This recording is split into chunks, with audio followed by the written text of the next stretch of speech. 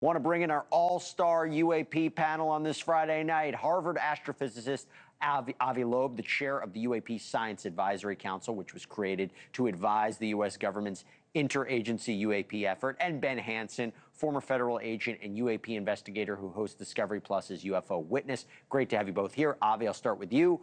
So what did you think of the release? Was it anything new? Was it the same old stuff? You tell me.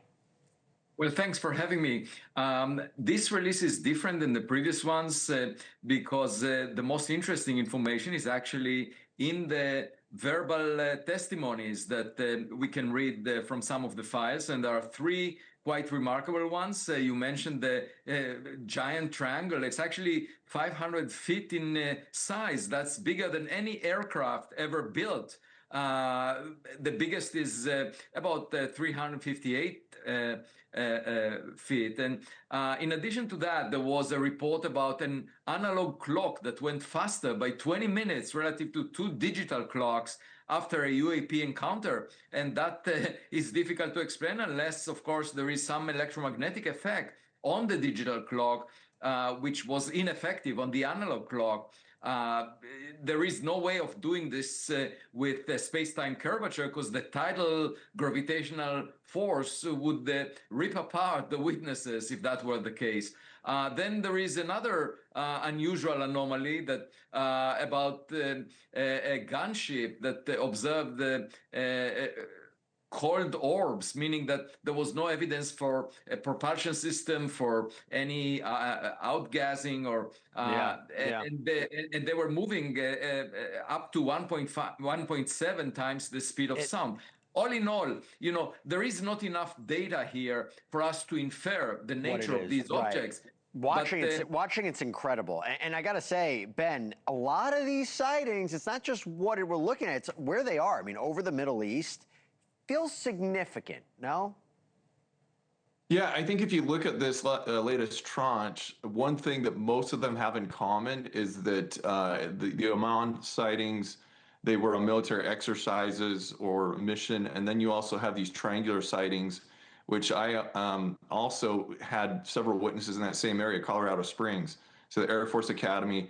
Again, we're seeing them happen close to military bases, installations, exercises, and I think that's important to note. Avi, they mentioned these cold orbs that apparently reacted during live fire. What is a cold orb, and what does it mean that it might have been reacting? Well, as you can see on the video, when they say cold or hot, the thermal cameras, IR cameras, you can switch the polarity of them. And so sometimes they'll show up black, sometimes white.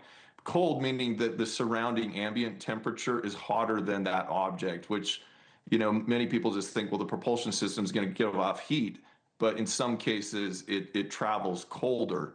So it's using a different propulsion or absorbing the ambient radiation somehow. Yeah, Avi, I apologize if you want to jump in on that one. I also thought it was really interesting.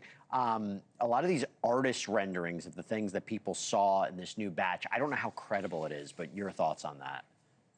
Yeah, well, that's an attempt to get us a visual impression of what they're talking about. In the case of the orbs, it implies the fact that they move together in a formation, implies that they have sensing capability. The objects respond as if they were autonomous. And one way to think about it is as a drone swarm.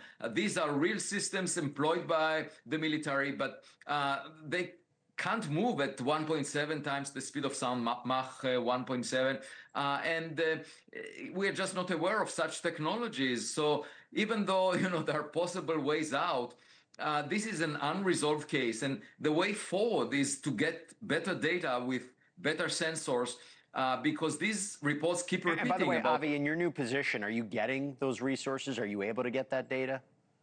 We recommend them, and you know, the government, it takes time to respond, but that's exactly our goal. It's like a detective story. We have to guide the government how to figure these things out. And Ben, detective story, we haven't gotten to, you know, what a lot of people are waiting for, the end, right? The end, I know what people want to see.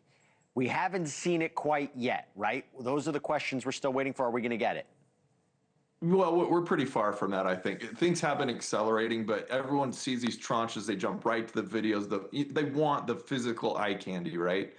But again, I think we're heading the right direction. A lot of people are disappointed that it's not the smoking gun, but I think you do have to prepare people for that. You got to warm them up first to the idea until it's ubiquitous, and then we start giving the real evidence. Okay.